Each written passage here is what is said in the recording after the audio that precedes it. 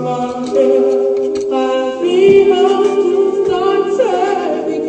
what's up, guys? This is Alex Chu. Today I want to talk about, strip club addiction. I'm talking about, addicted to strippers and always going to strip club. Oh, by the way, my name is Alex Chu. I'm the guy who invented the immortality rings.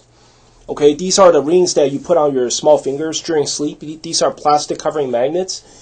And what they do is they stop you from aging. You don't age anymore. And it improves your health and everything, and all you have to do is wear them during sleep. That's it.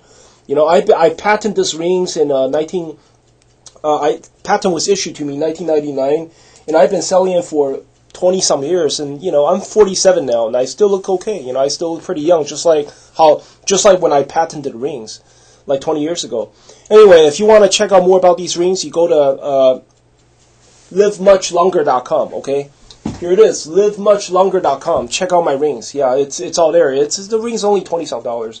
Anyway, let's talk about strip club addiction, okay?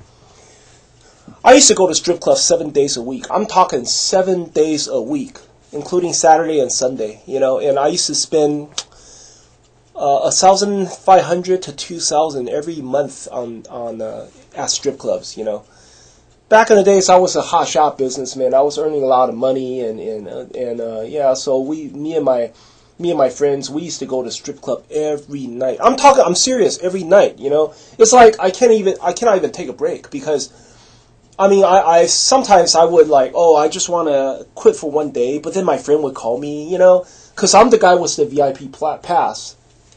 I have the pass, so without me, they can't go in there for free. So they would come to my house to pick me up, offer to pick me up, and then, all I have to do is cook a little hamburger for them, little French fries and hamburgers they eat, and they would pick me up when we go to strip club, and then, same old thing. I don't know, I've been there for how long? I've been there like 5 years, 6 years or something. How I started with strip club is a Chinese friend, who I used to live in a dormitory, and this one guy, he said, hey, let's go to strip club. I've been there before. I've been there when I was a teenager. That's about it, And then he said, let's go there. I said, okay. I drove him. I drove him to the strip club. Okay, look around. Yeah, a lot of pretty strippers. Good, And then the very next day, he said, let's go again. I'm like, oh, come on, please.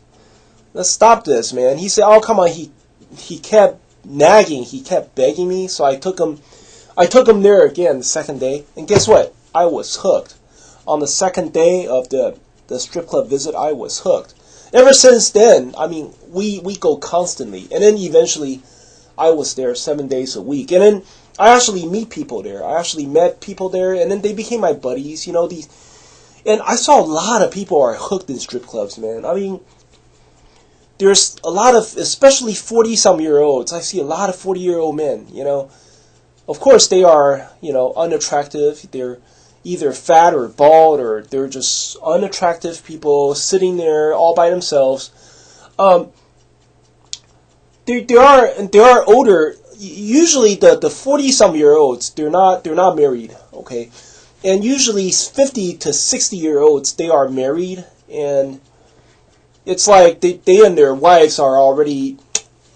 It's like, how 50, 60-year-old men, they already gave up on their sex life. They already gave up on their wife. Their wife knows it too, So basically they live like roommates, and the husband is free to... You could do whatever you want, You're just an ugly old man anyways. I don't care. As long as you pay the mortgage, as long as you, do your job, you could go out there and Go to any strip club you want. It's like the wife doesn't even care anymore, And those are usually the people that I see at strip club. 40-some-year-old men, they're usually single. And 50-some-year-olds, 60-year-olds, they have wife, but they come to strip club. Their strip club is their heaven. And it's actually kind of cool life, It's actually, you go to strip club and then you could... I was at San Francisco, okay? What happened is San Francisco, all the strip clubs, they have like 7 or 8 main strip clubs. They were all owned by the same owner. And then I can go in and out, in and out. They all know me. All the bouncers, all the DJ, they all know me. We go in. It's like we go to strip club for a while, hang there like 2 hours, and I bounce another club. I bounce because I have the VIP pass. I could go to every one of those clubs. And then we also go to Chinatown because it's on Broadway. It's right beside Chinatown. So we go to Chinatown to get, the Chinatown food is very cheap. It's like you spend $3, you could get a bowl wonton, And then after the club, we go to eat a midnight snack, Chinese restaurant midnight snack, and then go back to the club. But one thing bad about the club is when you go every day, even if you spend money, even a few dollars tips, few dollar here, few dollar tips here, few dollar tips there, maybe a 1 or 2 lap dance, not every day. I cannot afford to do lap dance every day, because I go every day, right? Maybe, and lap dance is like $40, $20. If you spend $20, the strippers don't like it, because they actually have to. I think they have to pay money for every time they take you into the booth. They have to pay a large chunk of it. They don't like it if you offer $20 lap dance. It's like you have to offer $40 at least, and it's they start to disrespect you, if they see you there every day, it's like, oh, it's that loser again, they actually talk shit about you behind your back, so eventually they start to hate you, and then I have this favorite stripper, one of my favorites, and then she start to hate me. It's like these strippers. You don't know what they're thinking. If you say something wrong, I said one day I commented about her clothes. She was wearing this very sloppy. It looked like a sleeping gown or something, but then it's sort of like transparent. You could actually see. You could see through the sleeping gown. I said something wrong. I said it looks kind of sloppy. I think I said you're skinny, so you shouldn't wear this. Anyway. Ever since I said that, oh my God, she's like, what, to her, I'm like number one enemy. She viewed me like an enemy, ever since I said it. And then eventually I got kicked out because of her. Eventually I was thinking, hey, it's, you've been mad at me for a long time already. Okay, today's Halloween. Can I get a lap dance from you? The answer is no. And then the next time I try to enter the club, they say you're banned because some stripper complained about you. And I'm like, are you sure? I just purchased my VIP card 10 days ago. Are you sure I'm banned? That's a $500 card. And he said you're banned. The bouncer said you're banned. You can't come. So I went home. I went to other club, and then there's another club. They allow me to enter, right? But then I went home. There used to be a website called myripbook.com.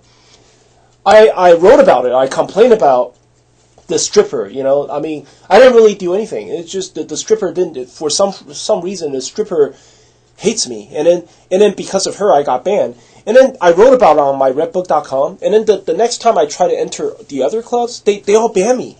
Every one of them ban me. My $500 VIP card had been revoked. So luckily, I disputed my card because I purchased the card with my credit card. I disputed my card. Okay, the credit card company, they issued me the $500 refund. But then after that, I was banned from all the clubs at the Broadway. So you know what? I'm like, fuck it. You know what? I graduated. Me and my buddies, okay, the strip people who are hooked at strip clubs, we all talk about graduation day. Oh, when can we graduate? When can we graduate?